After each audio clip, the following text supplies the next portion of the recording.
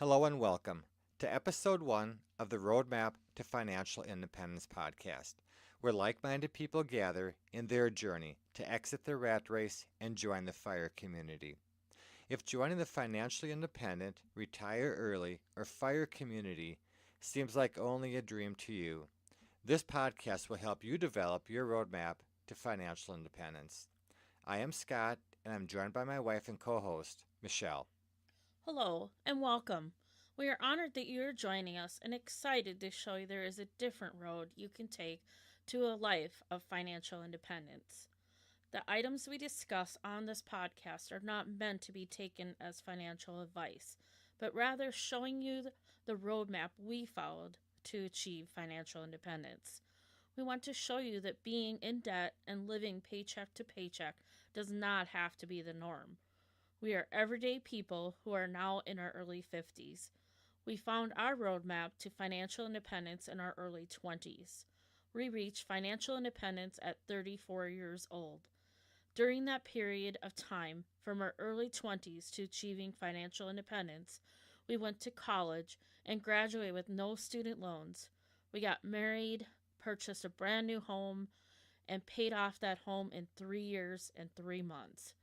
We had average incomes during that period and achieved our goals by following a roadmap that controlled our expenses.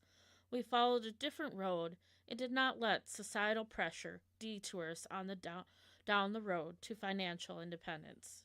Michelle, you're so right. Societal pressures from friends and family and just expectations from the community really put a lot of pressure on people, to spend money, thinking that they have to go into student loan debt, that they need to take out a 30-year mortgage, that they need to drive a new car. And I think we both agree that that just is not going to get you financially independent. Definitely not. You look at the average student loan debt for people coming out of school, you look at the average mortgage payment, you look at the average cars that people drive. I just don't see how people can ever have any chance of ever achieving financial independence.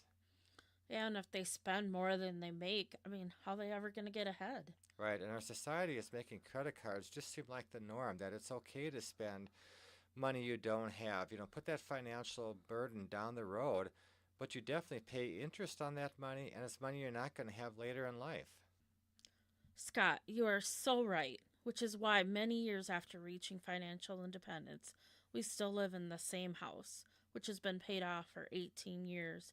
You still drive your 2003 Toyota Matrix with over 235,000 miles on it, and I still drive my 2005 Ford Focus with over 130,000 miles on it.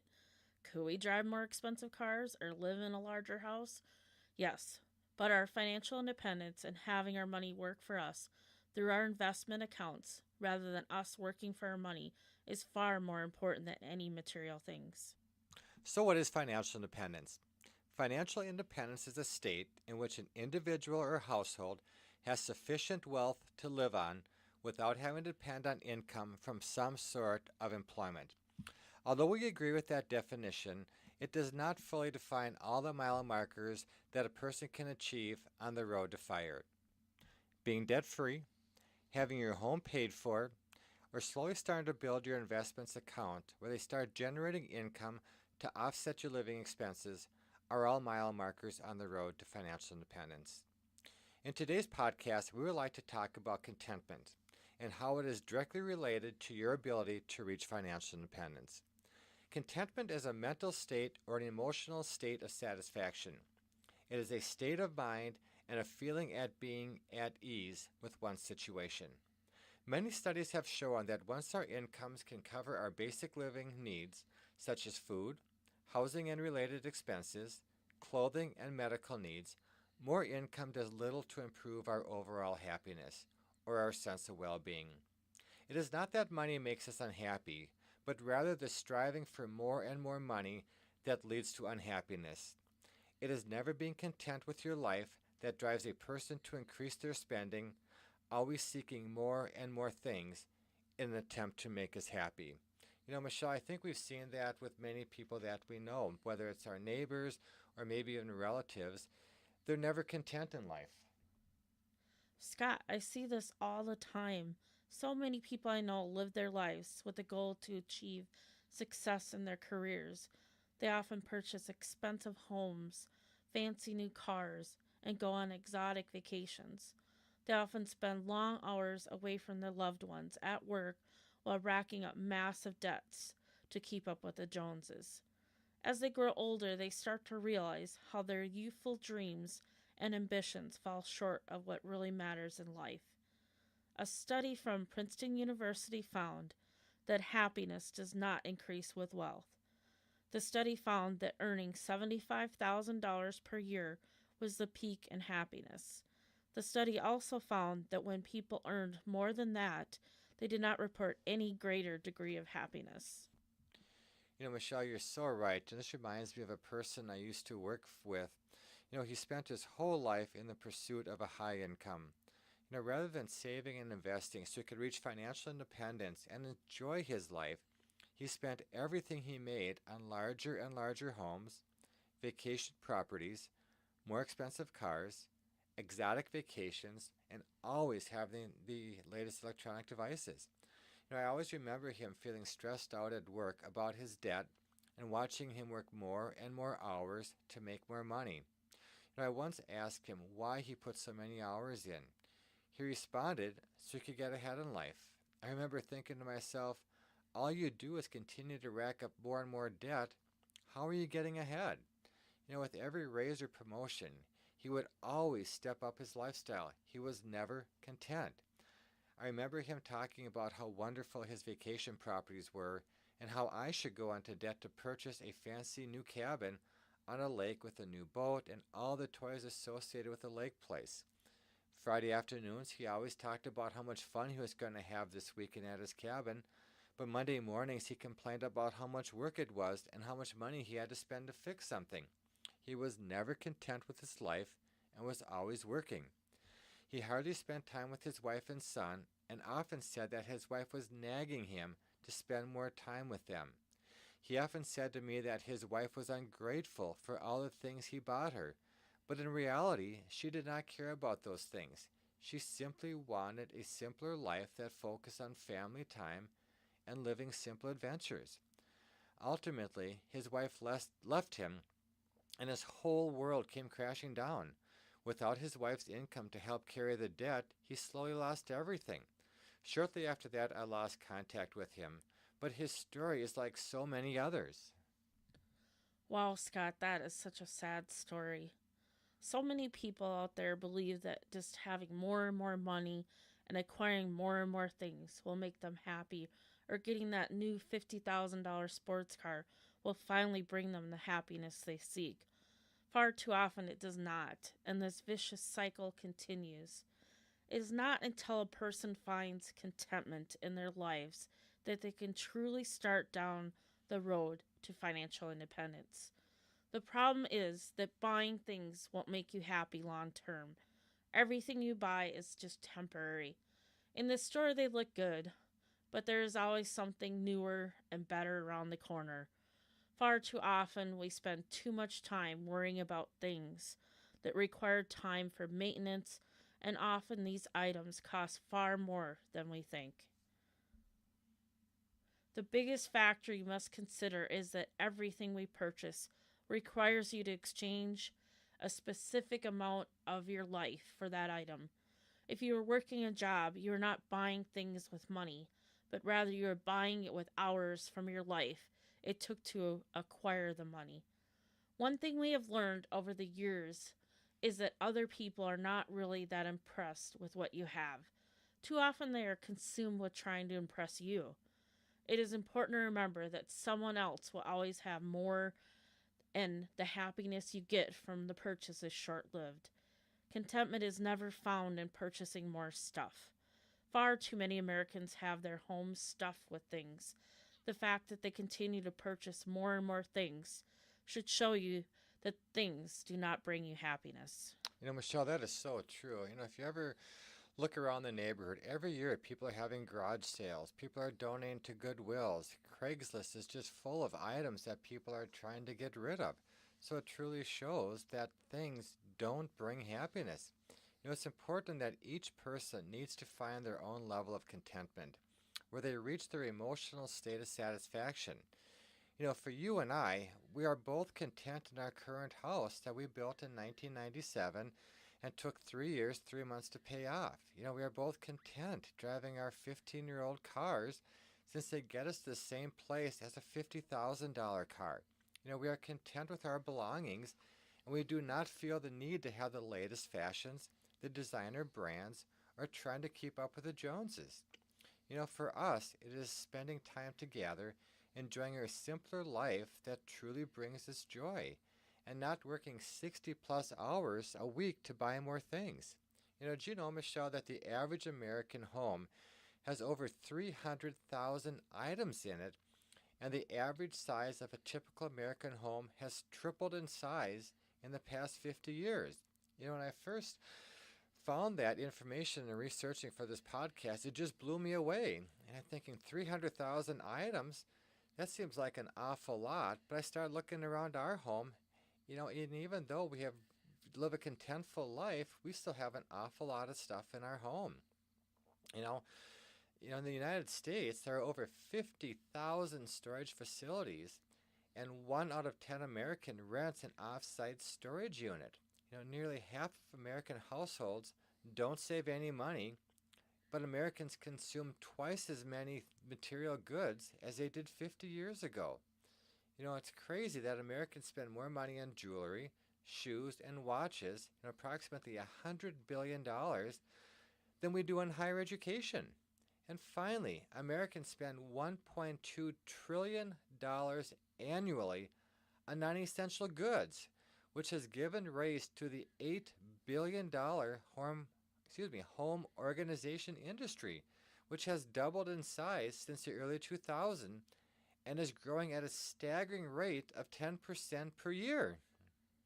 Wow, Scott, that's just crazy. Is having all this stuff really worth it? Years ago, I read an article about the regrets of the dying. A hospice nurse who spent time with people that were in their final days of their lives. Now, let me interrupt you for a second, Michelle. I was really surprised when I read this article, and you're going to go ahead and read the list, but it really blew me away. And I hope the listeners out there really take at heart what you're talking about here and really listen and think about, their own lives and what these people, at the end of their life regret. Go ahead, Michelle, and just let the audience know, what the regrets of the dying were. And here's that list. I never pursued my dreams. I worked too much and never made time for my family. Michelle, sorry to interrupt, but this kind of brings me back to the gentleman I used to work with. He worked and worked and worked to try to give his family material things, but look what happened. He ended up losing his family. I should have made more time for friends. I should have spoken my mind more. I should have saved more for retirement. Not having the courage to live life truthfully. Happiness is always a choice. I wish I knew that a lot earlier. Wow. That's just Notice crazy. notice what's not on that regrets list. Yeah, things. I mean, nowhere on that list did anybody talk about, I wish I had that new $50,000 sports car or I had that lake place. It was really about, you know, people and having time, And family. and family. And I like the one And there, friends. yeah, the one that says, I never pursued my dreams. Maybe your dream was traveling the world, but instead of saving money and being able to actually travel the world, you spent hundreds of $1,000s on home interest, or you work so much or whatever. And I just find this list absolutely amazing. Scott, I also found this list very amazing, and it really opened my eyes to rethink, and maybe I don't want to have the same regrets that some of these same people had. I totally agree with you, Michelle. So many people spend their whole lives in the pursuit of material things, but you can't take any of that stuff with you. I think for our listeners out there, I think we'll go ahead, Michelle, in the show notes, we'll actually put this list so people can go ahead and review it and take a look at it and really think about, how this relates to your life. Yeah, because we don't want them to have the same regrets that these people that were dying No, had. definitely not. And people, it's never too late to change your life. If you've made mistakes in the past, look, we all have. But now is the time to make a change and really, really think about what's important to you. Now that we have laid out the problem as we see it, what can you do today to start down the road of financial independence? First, be grateful for what you currently have and stop comparing yourself to others. So many people get sucked into the world of social media. We see snapshots of other people's lives with the exotic vacation, their new car, and larger homes, nicely furnished, and we wonder why our lives are not like that. So true, Michelle. Social media helps fuel that trend to get more and more things. People only show you the best of their lives on social media. What you don't see is the behind the scenes on the Facebook posts, is the credit card debt, the car loans, the large mortgages, and the thousands of dollars they pay in interest each year to get those things. You don't see the sleepless nights they lay awake wondering how they can make their next debt payment. So true. You don't see the breaking down of their marriage as the stress of debt plays a key role in 50% divorce rate in America. Michelle, I read an interesting article that, money problems is one of the leading factors of divorce in America. And it doesn't have to be that way. No, it doesn't. You don't see the health effects that the stress places on the body that increase their chances of anxiety attacks, heart issues, blood pressure problems, ulcers, as well as a number of other health related problems. So true.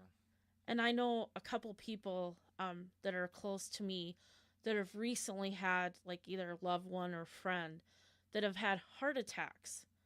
And now, can you imagine having a heart attack and then still having all these debts piling up on you? I just can't imagine anything worse than that. I just can't. I mean, I know a friend of mine, her friend, she had a heart attack and her insurance ran out. Oh, no. Like about a week or two before she had her heart attack. Oh, no. Her health insurance ran out, you're saying? Yeah. Oh, boy. You talk about And massive now, medical bills. and now what is she going to do to get out of that debt ever? How is she going to ever pay that debt back? Yeah, no, not I mean, good. she had like 90% blockage in her heart. Oh, wow. 90%. I mean, she's lucky to be alive, but now she's going to be paying it for, the rest of her life, all the debt. Yeah, no. Since she's accrued because of her heart attack. I mean, how is that going to make you get healthier, better, and faster? No, the stress of that. It's good. That's just not good. And, I mean, is it really worth, buying all these things and owning these fancy cars and getting this bigger and better and larger homes and just stuffing them full of things? Yeah, one thing I want to make the listeners clear is, we're not advocating that you can't have a nice house, that you can have nice cars. What we're advocating here is that maybe initially in life you live in a smaller house, you pay cash, you get your mortgage paid off, and then when you can truly afford these things is when you go out and you buy the nice house, you buy the nice cars, but you're buying it at a point in your life that you can truly afford them. The second thing you need to do is to live life today and understand that money won't buy you happiness. Too often, people purchase items that they believe will make them happy. Far too often, that temporary happiness is short lived, as the illusion that things will bring you happiness quickly fades. Michelle, that's so true because so many people I know have bought new toys or the latest electronic devices. They'll play with them for a week or two, and then they'll end up sitting in their closet for years, and they finally throw them away. Things do not make you happy. Yeah, and then they buy these fancy cars. Yeah, And then the insurance rates go way up high. right. And their tabs cost this astronomical amount. And they're like, oh my gosh, why did I do this? Why did I put myself in so much debt just for a car? Yeah, it's truly not worth it. And the third thing you can do to simplify and declutter your life, So true. I mean, just get rid of things that cause you stress. Yeah, Why have so much stuff? It can just be so overwhelming at times. it can be. I mean, it's just it's just complete chaos. Yeah. And you just feel like it's just like It so can be overwhelming. stressful It can and actually be overwhelming. overwhelming. You walk into your house and you got clutter all over the place. And you're like, what am I going to do with all this stuff? And again, it doesn't bring you happiness. Yeah, and keeping things because you may need it someday is not emotionally or physically healthy.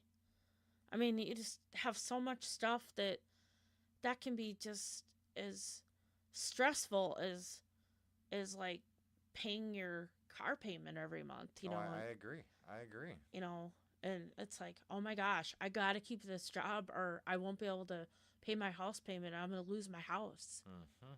Or, what if I fall and, my insurance lapses because I can't afford to pay my insurance anymore. Yeah. Well, the other problem is a lot of these I mean, insurance companies have these high deductible plans. You've got to have the money for that. So, you know, the stress just adds, so much to your health and your everyday lives it that does. it's just overwhelming sometimes. Yeah.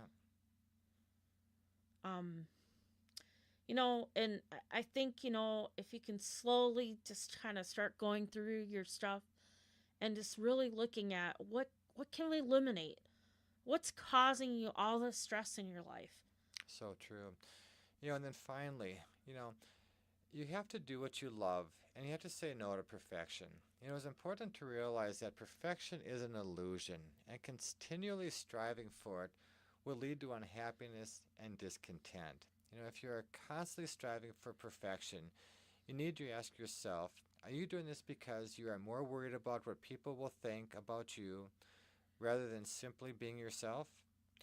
It is important to remember that all of us come into this world with nothing.